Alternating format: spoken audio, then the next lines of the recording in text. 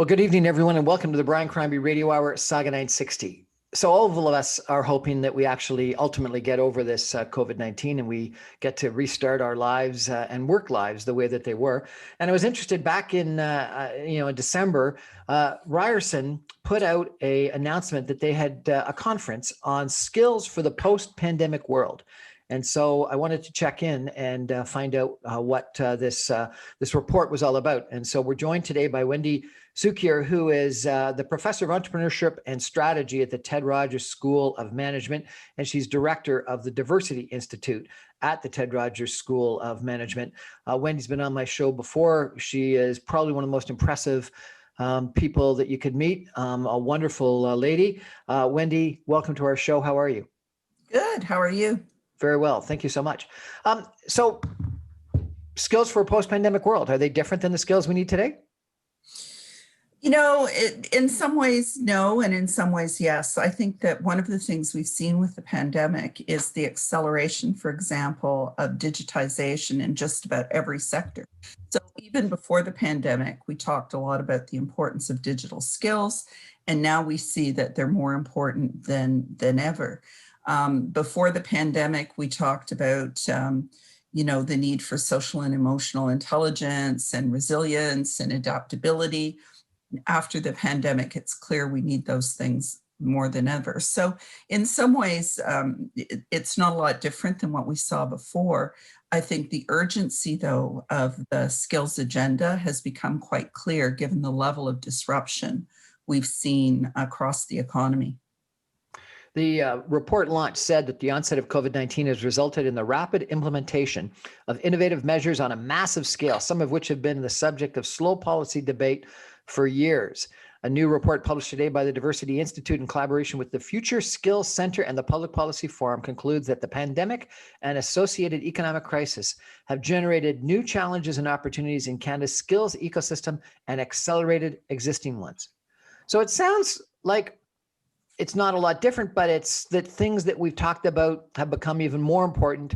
And as you say, some things have happened and people have talked about, COVID-19 era sort of been a crucible that a lot of the things that we've sort of tested in the past have become even more important and relevant. And digitization Absolutely. Being one of the examples, online retailing being one of the examples, you mentioned resilience. It sounds like it's almost at every economic collapse, these kinds of things become far more relevant because the times are tougher.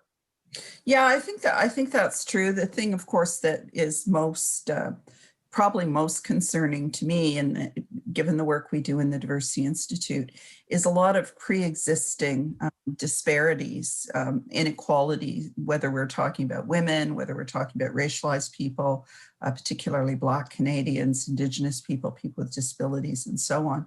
The inequalities that we saw pre-pandemic are far more intense. Women, for example, in the workplace have been pushed back probably by 30 years, 30% of... Women have been pushed back 30 years? If you look at the rates of employment, yes, the rates of employment of women are among the lowest we've seen in 3 decades. If you look at where the jobs are growing and who's getting the jobs, it's primarily men.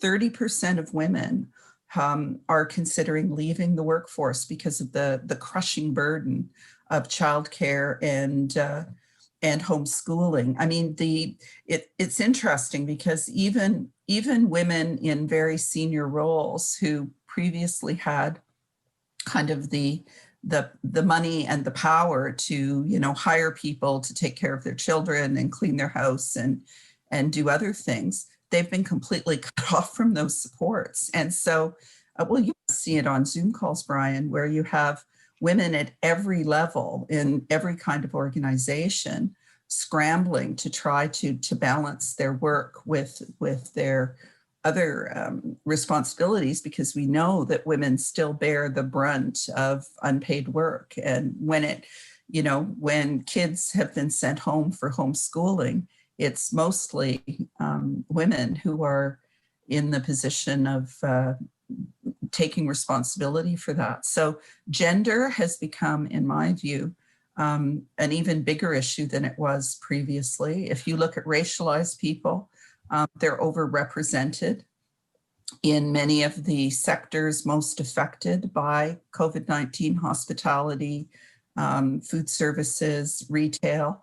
And so we've seen even greater unemployment in those populations. If you think about Indigenous people, 50% of them live in northern and rural communities. So as we shift and become more dependent on the internet, they have even less access to education, health, and so on. And, you know, I can go on, but everything that was bad before COVID has become worse. Is worse. The other statistic that the report talked about that I found interesting was that only 40% of jobs can be done remotely. And the 40% that can be done remotely are primarily higher income jobs. And so it's the 60% of jobs that can't be done remotely and that they're typically lower income jobs. And in a lot of cases, essential service types jobs are the ones that people still need to travel on transit or go to work. And obviously are exposing themselves to the virus to a far higher extent. We've talked for a long time about the color of poverty and the fact that poverty really intersects with race and indigeneity. And now we talk about the color of COVID because we know that racialized people are far more susceptible, far more at risk. You know, our whole notion of frontline workers and emergency support workers used to be, you know, firefighters, police, and EMS were considered the heroes. And now we've got people earning $15 an hour in frontline jobs where they're putting their lives at risk every day. So it's really, again, you know, as I said, it's made things worse for some people, and it has made things better for others. If you look at, you know, Shopify is now the largest company in Canada. A lot of people in the IT sector, frankly, are much better off post-COVID than pre-COVID because it's so accelerated the rate of technology adoption. So do you think this technological adoption would have taken place anyway, and all that it's done is accelerated it, or has it changed things? I think it's accelerated it. I think mostly there are things that were going to happen regardless, but I think as well the sense of urgency and the demand also disrupted the resistance. So if you look at healthcare, for example, large percentage of doctors don't think patients should have access to medical information. Large percentage of doctors were resistant to digital health delivery. The government wasn't prepared to fund it the way they fund face-to-face. And now it's great. I send pictures of things to my physicians. I have consultations with them on the telephones. I get prescriptions automatically sent to the pharmacy. It's been fantastic. It's fantastic if you have access to high-speed internet and you know how to use it. But think about what it means for people who don't. So, you know, it's same thing with education, right? The resistance. Universities are, it's quite funny because they're viewed as engines of innovation, and to a certain extent they are when it comes to research and development. But when it comes to delivery of education, you know, we're still pretty much doing the same stuff we did when I was at Ryerson 30 years ago with a few new bells and whistles. And the dramatic shift to online learning all the way through the education system really eroded or knocked down a lot of the resistance, because necessity is the mother of invention. Now there's still people who are pushing to go back to the way it was. And I think that we will to a large extent, but some of the innovation is going to stick. Some of the lessons around how to teach remotely and the fact that you can still engage with students, and for certain subjects at certain levels, it works really well. I think that's going to stick. So yeah. So are we going to go back to bricks and mortar universities, or are we going to stay electronic? You know, being able to get a Zoom lecture from one of the top professors and not having to trudge down to wherever it is that you're going and sit in a big lecture hall with 100 or 200 other people, there's a lot of benefit to that. I agree. I think, though, that the institutional barriers to innovation in universities are profound. You know, the unionization, the investments that they have in bricks and mortar. I would be pleasantly surprised if we saw significant innovation. I think we'll see some. eCampus Ontario, for example, has launched its micro-credentialing platform and program. I think we're going to see some of the work that they've done really accelerate. But I think traditional universities are pretty tied, many of them, to their ivory towers and the ivy-covered halls of academe. And I think that but if you were starting a new university today, you wouldn't be building a bunch of bricks and mortar. Well, exactly. Yeah, I think the incumbents will return to much of what they did previously, but I think it's opened up space for new models and new kinds of institutions. We're talking today with Wendy Cukier, a professor of entrepreneurship, business and strategy, and executive director of the Diversity Institute at Ryerson University. We're going to take a break for some messages and come back more with Wendy in just a minute with a discussion about the skills for the post-pandemic world. Stay with us. Welcome back to the Brian Crombie Radio Hour, Saga 960. I come to you every Monday through Friday at 6 o'clock on 960 AM, or you can stream me online at www.saga960am.ca, or you can get all my podcasts and video casts after the fact at my website, briancrombie.com. I want to bring you Wendy Cukier tonight, who is a professor of strategy and entrepreneurship at Ryerson University. She's also the executive director of the Diversity Institute. She's really an expert on cluster development, on education, on skills development, women's issues. I've had her on talking about gun violence, really a Renaissance woman, very interested in lots of different issues. Wendy, this report that you put out on skills that are needed for the post-pandemic world, I found kind of interesting, and you had 8 themes that you talk about in the report. And the first one, I think we've sort of really talked about in regards to the current and future capacity of education and the skill system. But let me ask you one question on that. You talk about how funding arrangements need to change to meet the rising demand for skills development and improved outcomes. How do you think funding arrangements need to change in the educational system? Well, this is it's controversial for sure, and if I say this, I will no doubt get a lot of hate mail. But the Auditor General of Ontario has shown in repeated reports that we invest in things and don't get the outcomes that we expect. And one of the examples I would cite is for example, English language training, which is so critically important for newcomers. And it was a few years ago, they did a report that said that about half of the English language training did not produce better outcomes than newcomers would achieve if they just went and drove cab or Uber, or whatever. I think that's really an indictment of what we're doing in terms of hold on. That was fascinating. Language. So half of the English language as a second language or training programs, you're saying, is actually not as effective as driving a cab and just chatting with people. Well, it's that there wasn't evidence that it produces better results, that people, stick. And Brian, as you know, I worked with a project to resettle Syrian refugees. And I had previously, 20 years earlier, worked on or maybe 30 years, worked on a project to resettle Vietnamese refugees. And, certainly with the Syrians, they spoke, and the men particularly, spoke 7 words of English, and they wanted to work.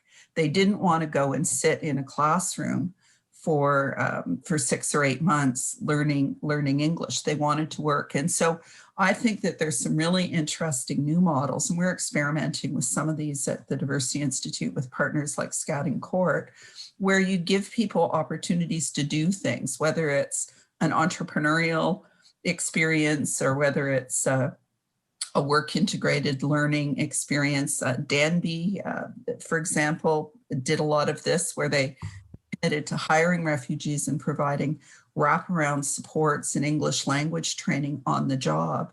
And there are a lot of new models that, in my view, provide really interesting opportunities to do things better in a way that respects people's dignity and what they want to do. Because especially, not to gender stereotype, but especially for a lot of men, immigrants and refugees, the inability to work, the exclusion from employment opportunities has profound mental health and other impacts.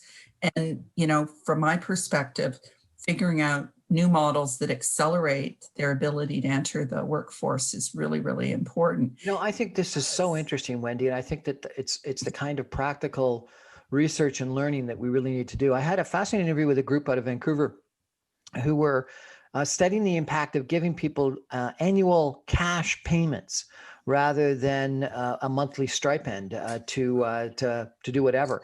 And they found that over 70% of the recipients actually did really material things to better themselves. For an example, they paid first and last month on an apartment that they could otherwise ever get, and they got housing, or they paid tuition and got new training, or they actually started businesses only on like a $7,000 cash payment versus giving them, you know, $600 or $500 a month for 12 months.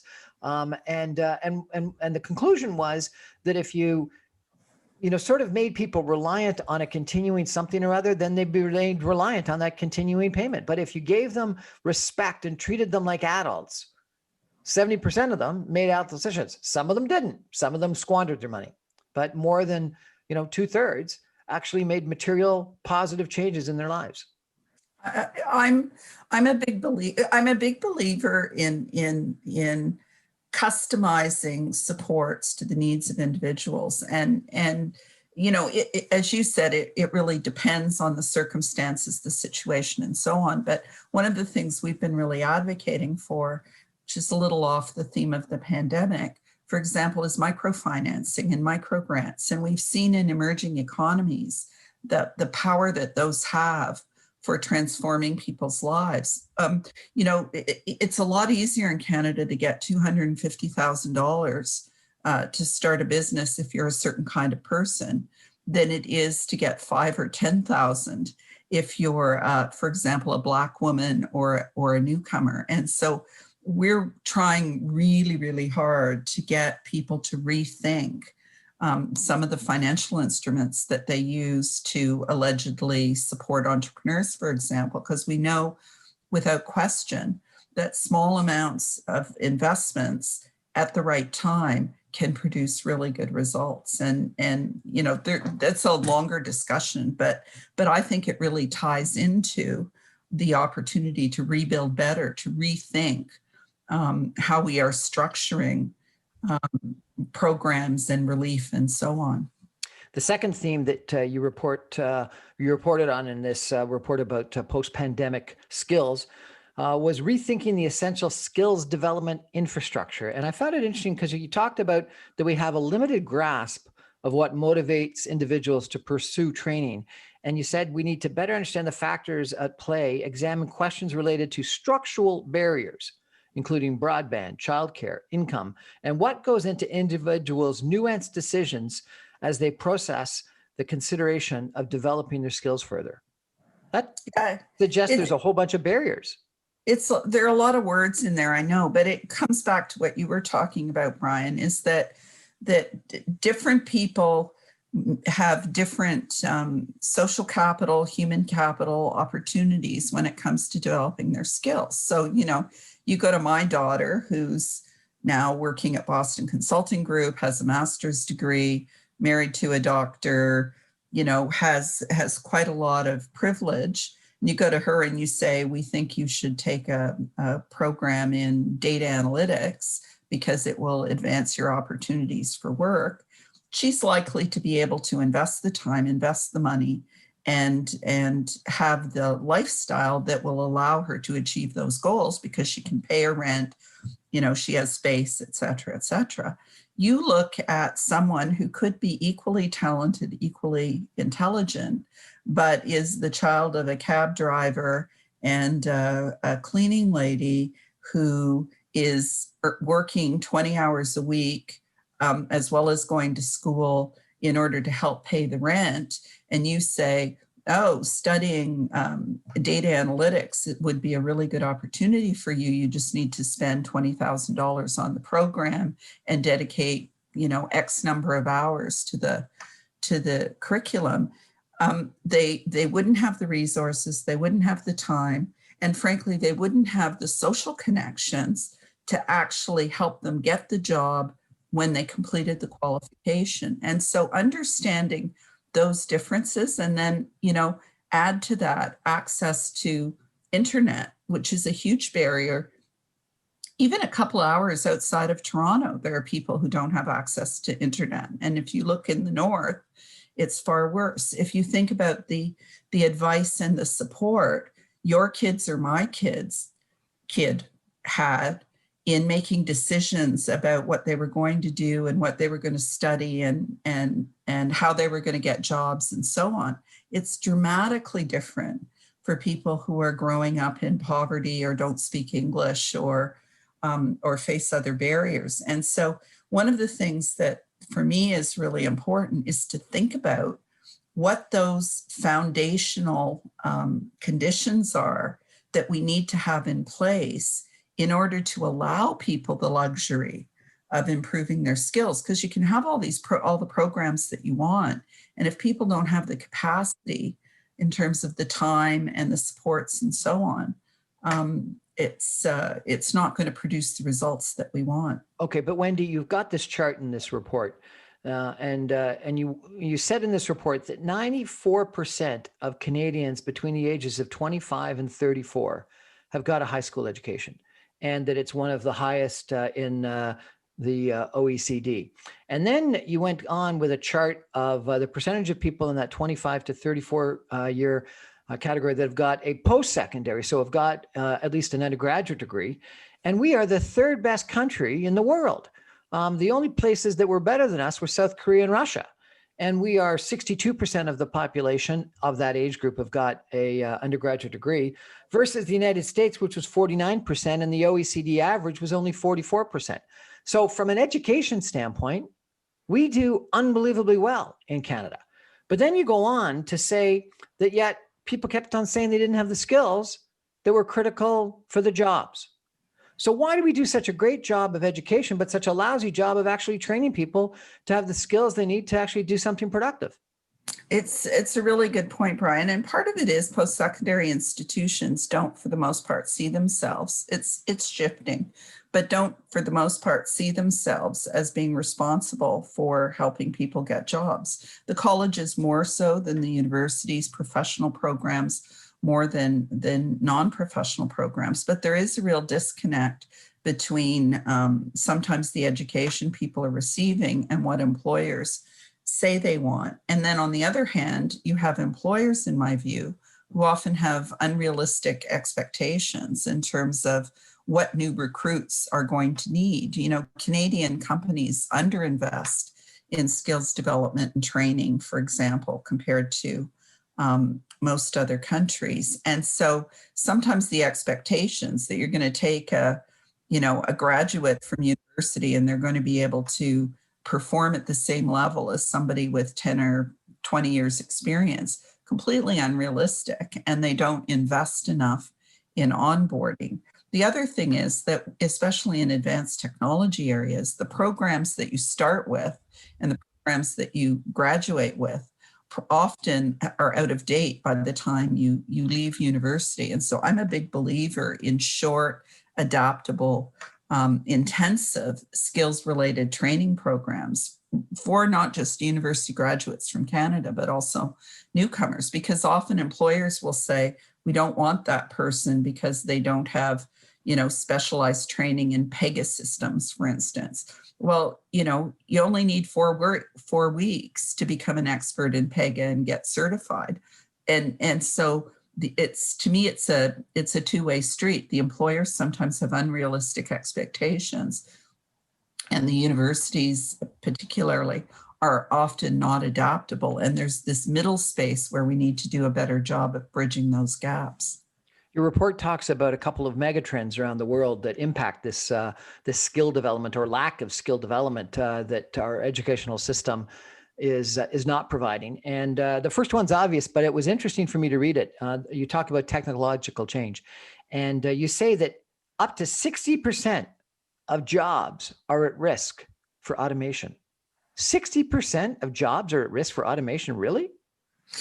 Well, that's what some people say. I think that there's a real range. So there's the risk that they will be automated and the jobs will disappear. But the flip side of that is that new jobs will be created and jobs will be transformed. So, there have been studies by people like Osborne and Frey who kind of rang the alarm bells and said, if you look at the tasks in the jobs, a lot of jobs could disappear because they can be automated. I'm doing a moderating a session this week on the fourth industrial revolution. And it's this proposition that says that what's happening with artificial intelligence, the Internet of Things, advanced manufacturing today is as profound as the first industrial revolution that was steam, the second that was electricity, and the third that was information. Do you agree with that? Is that profound that we're going through?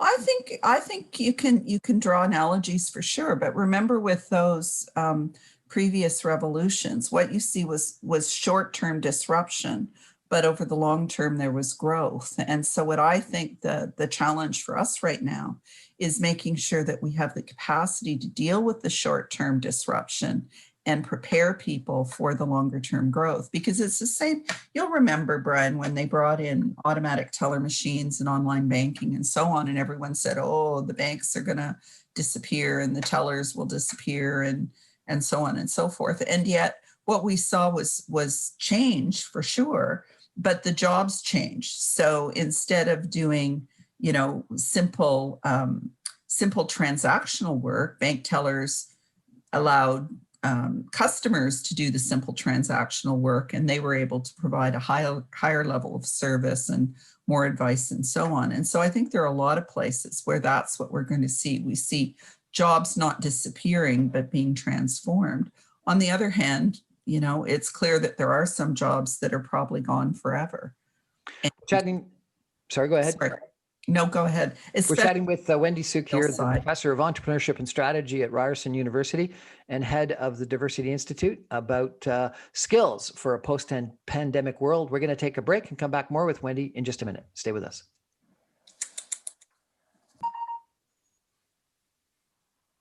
Welcome back to the Brian Crombie Radio Hour, Saga 960. We're chatting today about skills for a post-pandemic world with Wendy Cukier, who is the professor of entrepreneurship and strategy at Ryerson University, and she's head of the Diversity Institute, and she was one of the program directors, editors, whatever, of this major report that came out just before Christmas that was published by Ryerson University and the Diversity Institute on these skills for a post-pandemic world. And we were just chatting about some of the megatrends, Wendy, that your report talked about that are really impacting the skills people need. And the first one, technological change, I think is things that people have known about, and as we talked about, that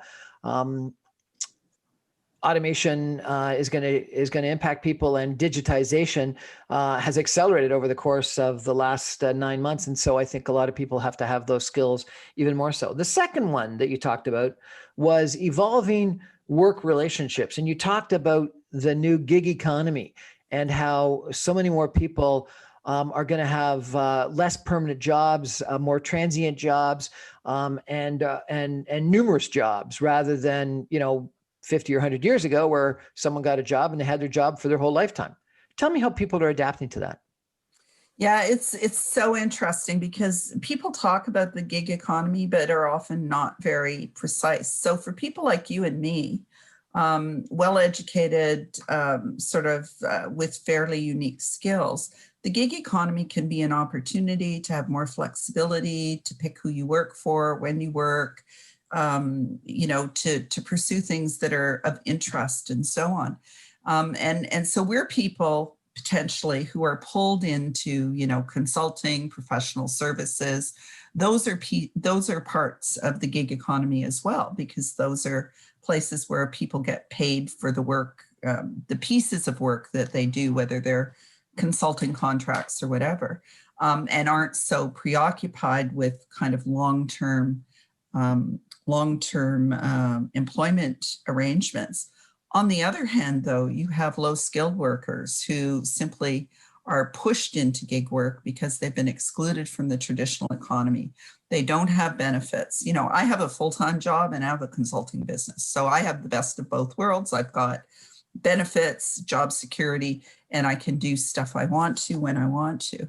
But for a lot of people on the other end of the gig economy, which is the low-skilled, transient piecework, whether we're talking about, driving Uber or some of the online casual work platforms. They're pushed into it because they don't have opportunities for full-time work. They don't have benefits. They don't have sick day coverage. They don't have the flexibility to take time off. And one of the things that, some of the research suggests with COVID that's causing problems in some of these areas is that if people don't work, they don't get paid, and they can't afford to go for the testing or to take the time off if they've been identified as having COVID but are asymptomatic. So it's really, gig economy can conceal a lot of things. And you have Forbes talking about how this is the way of the future and young people want the flexibility and so on. And that is true. It's also true that there's a drive towards more precarious work, to companies getting rid of permanent unionized jobs and relying more on these casual platforms to provide temporary workers. And it's reaching crisis proportions in some areas. The other trend that you talk about is demographic change, and you talk about immigration, and you talk about an aging workforce, and that the number of Canadians that will be productively contributing to GDP after the age of 65 is going to double. Tell me about that. Yeah, well, I mean, the boomers, which were I am one, are, retiring, dying off, and basically exiting the workforce. And the young people, there aren't enough of them to take our place. And so all of the research shows that workforce growth in Canada and the demands for employees are going to be met by immigration, regardless of all these other trends that we're talking about. And that the ability to attract and retain immigrants, especially highly skilled immigrants, but also, frankly, some low-skilled immigrants who are doing jobs that Canadians don't want to do, is absolutely fundamental to our economy. And in spite of the, right-wing rhetoric to the contrary about immigrants stealing our jobs, my argument is actually immigrants are creating our jobs, because the evidence is just unequivocal on that. And one of the things for me that's ironic is that during the Trump years, we had a competitive advantage globally in terms of attracting the best and the brightest. We're going to lose that under Joe Biden, because the international students, the students from Muslim countries, the entrepreneurs from other countries are going to have more options under the Biden administration than they did under Trump. And we have to do a better job, not just of getting people to come to Canada, but also keeping them here, because that's one of the things we see. People come and they can't make it and they leave. They have options. When we're dealing with highly skilled immigrants, they have choices. And that's something a lot of Canadians, it seems to me, haven't got their heads around. The last trend that you talk about is almost like a discontinuity, that the people who need training can't get access to it. And that you suggest that the people that need the training the most have real problems to it. And you indicate a couple of reasons why. Let me read them to you if I could. One is systematic racism against Indigenous communities, racism against racialized communities and newcomers. Tell me about that if you could. Well, again, it's, a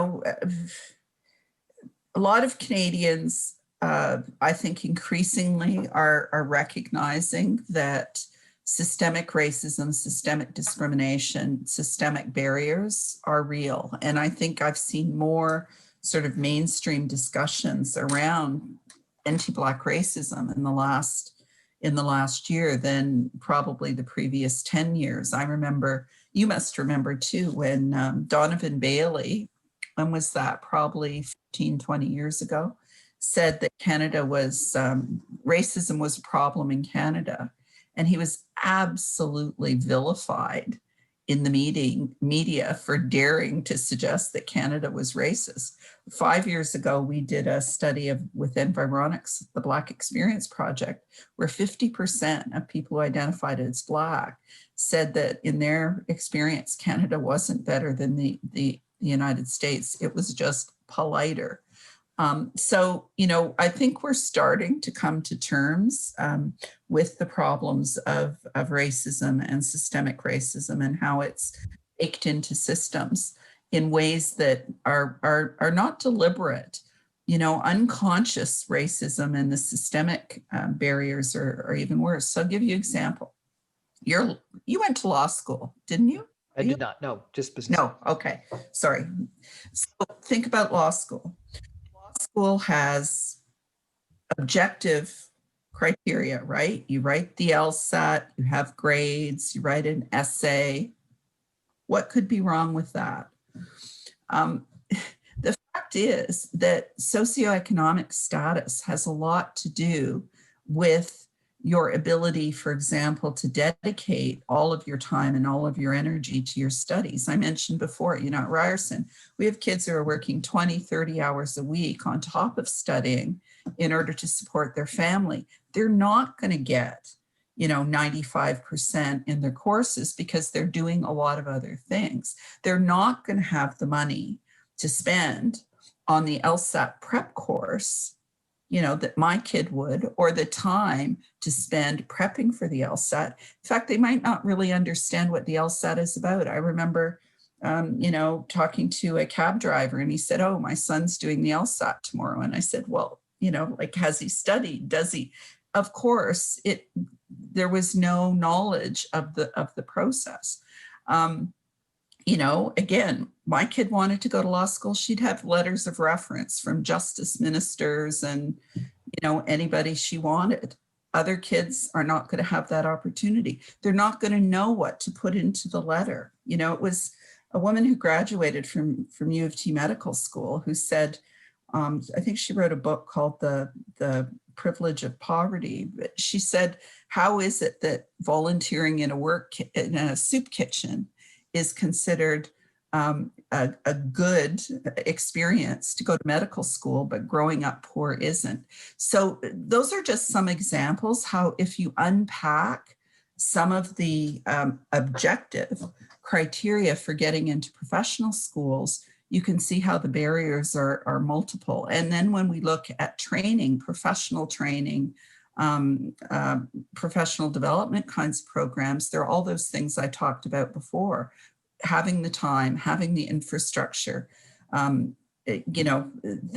are real barriers for lots of people in ways that middle-class privileged people just don't recognize. You also mentioned females, women in the workforce, and yet you quote the statistic that in the 1950s, 1 in 4 women were employed in the workforce, and by 1990, it was 3 out of 4 women were employed in the workplace. So obviously, things have changed fairly dramatically. Why is there still a challenge?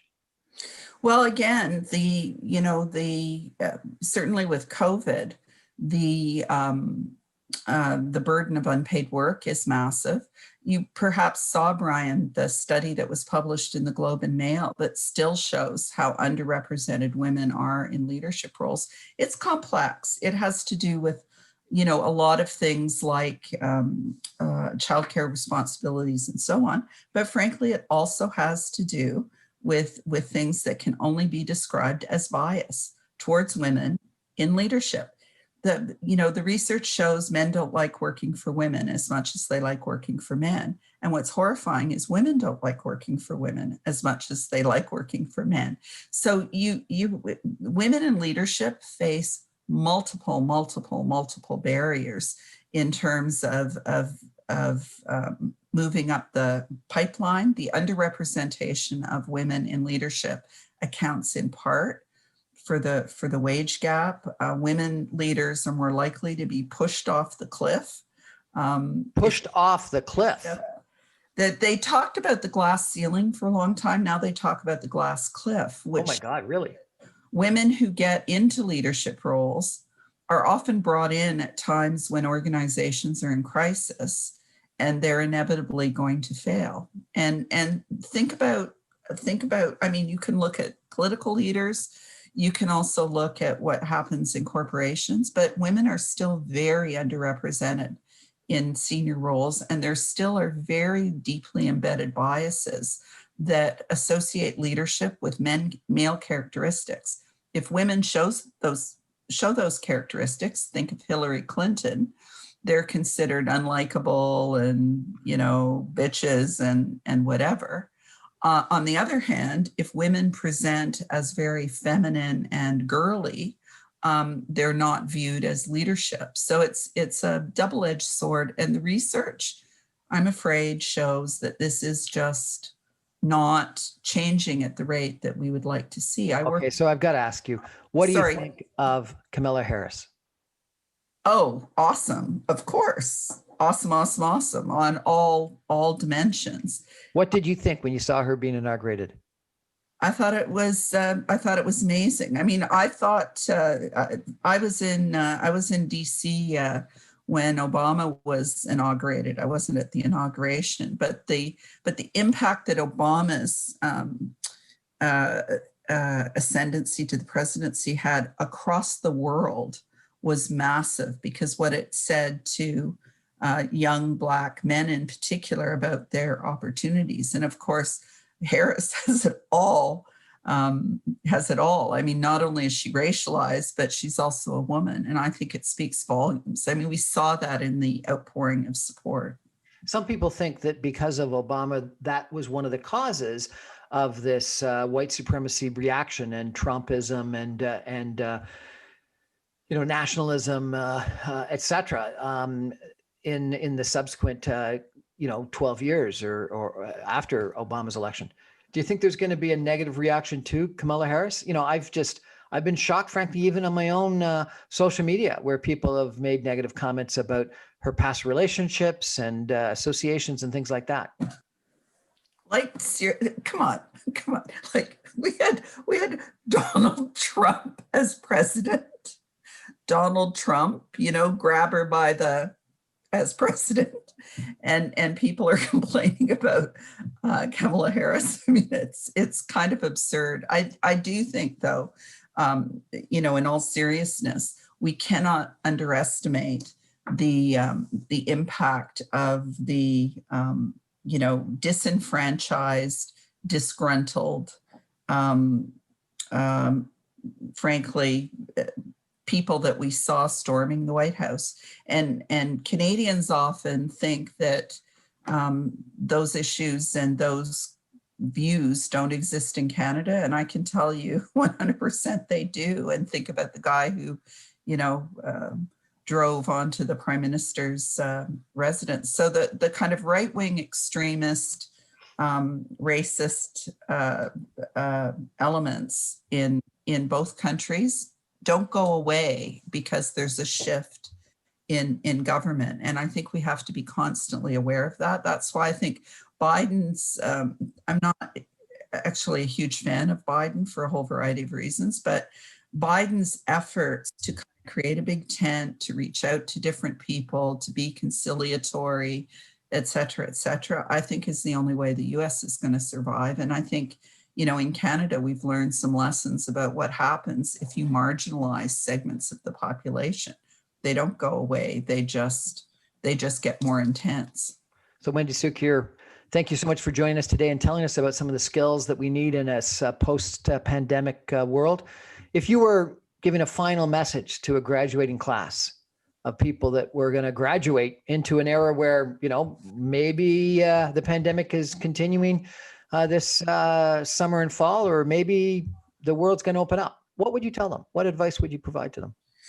I think seizing opportunities and creating opportunities, being flexible and adaptable are way more important than having, fixed ideas about what you're going to be when you grow up. Because if I look at my own career, never in a million years would I have predicted the pathway that I took. And when I think about what made me successful, it was constantly refining my skills and looking for opportunities and challenges that took advantage of them. So I think that if you're not fixed on what it is you're going to do when you graduate, you have far more opportunities open to you if you explore the possibilities. And we see that where the jobs are appearing and the kinds of jobs and skills mixes that are emerging really create a whole new set of opportunities for this generation.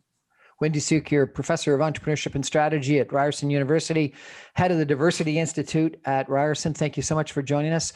If people want to access this report, I presume they just go to ryerson.ca. Is that correct? Yep. Excellent. Thank you so much for giving us some advice on what we need to have to be successful in this post-pandemic world. Wendy Cukier, good night. Good night.